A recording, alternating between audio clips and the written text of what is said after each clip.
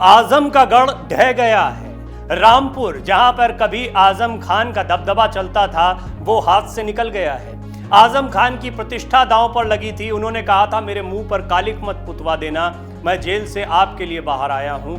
लेकिन ऐसा लगता है कि उनकी बात को सुना नहीं गया। उत्तर प्रदेश की रामपुर लोकसभा सीट पर एक बड़ा झटका आजम खान को लगा और एक बड़ी जीत भारतीय जनता पार्टी को मिली। घनश्याम लोधी की इस जीत के बाद रामपुर में आजम खान का किला ध्वस्त हो गया है। समाजवादी पार्टी के आसिम रजा भाजपा उम्मीदवार घनश्याम लोधी से उपचुनाव हार गए।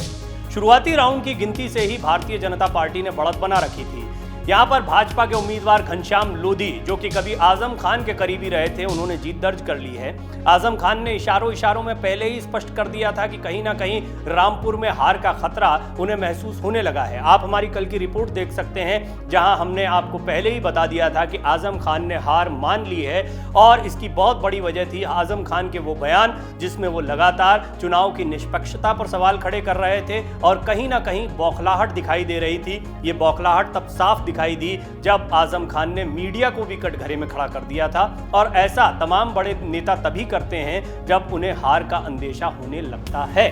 रामपुर लोकसभा उपचुनाव की मतगणना में समाजवादी पार्टी के आसिम रजा और भारतीय जनता पार्टी के प्रत्याशी घनश्याम सिंह लोधी की सीधी टक्कर थी। भारतीय जनता पार्टी ने उत्तर प्रदेश की रामपुर लोकसभा सीट के उपचुनाव में आजम खान को घेरने के लिए घनश्याम लोधी को उम्मीदवार बनाया था।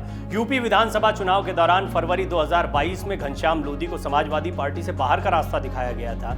सपा के निष्कासन की जानकारी के कुछ ही देर बाद उन्होंने पार्टी से इस्तीफा दे दिया था, जिसके बाद उन्होंने भाजपा की सदस्यता ग्रहण कर ली थी। वहीं इस चुनाव में भाजपा ने सपा के हथियार से ही रामपुर का रण फतेह करने की तैयारी कर ली। बहुत बढ़िया स्ट्रेटेजी भाजपा की रही। कई बड़े बड़े चेहरे इस वक्त लड़ाई में थे। मुख्तार अब्बास नकवी जैसे बड़े चेहरों का नाम चल रहा था, लेकिन घनश्याम लोधी अचानक से आए थे और भाजपा की रणनीति काम कर गई, क्योंकि भाजपा जानती थी घनश्याम लोधी आजम खान की सभी कमजोरियों को जानते हैं और कार्यकर्ताओं के बीच उन्होंने खासी पकड़ बनाई है, जो किसी समय पर आजम खान के साथ हुआ करते थे।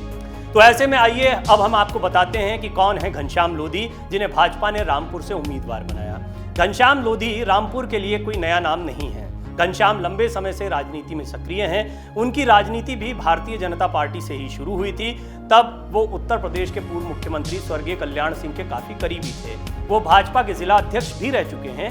1999 में वो भाजपा छोड़कर बसपा में शामिल हुए और लोकसभा चुनाव भी लड़ा, लेकिन जीत नहीं पाए। तब घनश्याम तीसरे नंबर पर रहे। जब कल्याण सिंह ने भाजपा छोड़कर राष्ट्रीय क्रांति पार्टी बनाई तो घनश्याम लोधी भी इसमें शामिल हो गए। 2004 में घनश्याम लोधी को इसका इनाम मिला।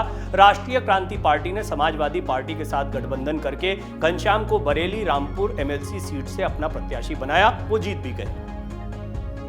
2009 लोकसभा चुनाव के दौरान घनश्याम लोधी ने फिर से बहुजन समाज पार्टी का दामन थाम लिया। बसपा ने उन्हें रामपुर से अपना उम्मीदवार भी बनाया, लेकिन वो जीत नहीं पाए। तब समाजवादी पार्टी की प्रत्याशी और अभिनेत्री जया प्रदा ने जीत हासिल की थी। दूसरे नंबर पर कांग्रेस की बेगम नूर बानो और तीसरे पर घनश्याम लोधी थे। चौथे नंबर पर भाजपा की तरफ से मुख्तार अब्बास नकवी रहे। चुनाव में मिली हार के बाद 2011 में घनश्याम वापस समाजवादी पार्टी में शामिल हो गए थे। घनश्याम लोधी को रामपुर विधायक आजम खान का काफी करीबी माना जाता है। साल 2016 में आजम की ही मदद से लोधी ने विधान परिषद तक का सफर तय किया था। बरेली रामपुर स्थानीय निकाय खंड से वो विधान परिषद सदस्य चुने गए थे। उस समय सपा की ओर से डॉक्टर अनिल शर्मा को उम्मीदवार बनाया गया था।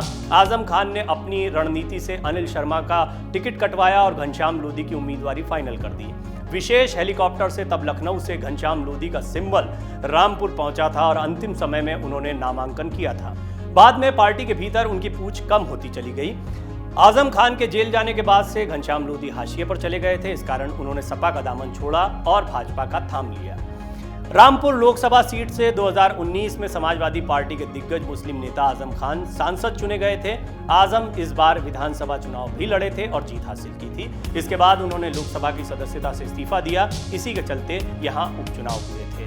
बहरहाल घनश्याम लोधी के लिए और बीजेपी के लिए एक बड़ी जीत है और घनश्याम लोधी को इस जीत का क्या इनाम मिलता है, इस पर भी नजर बनी रहेगी। लेकिन एक बात तय हो गई है कि आजम खान सफलता हासिल नहीं कर पाए हैं। जेल से आने के बाद ये उनके लिए एक बहुत बड़ा झटका है।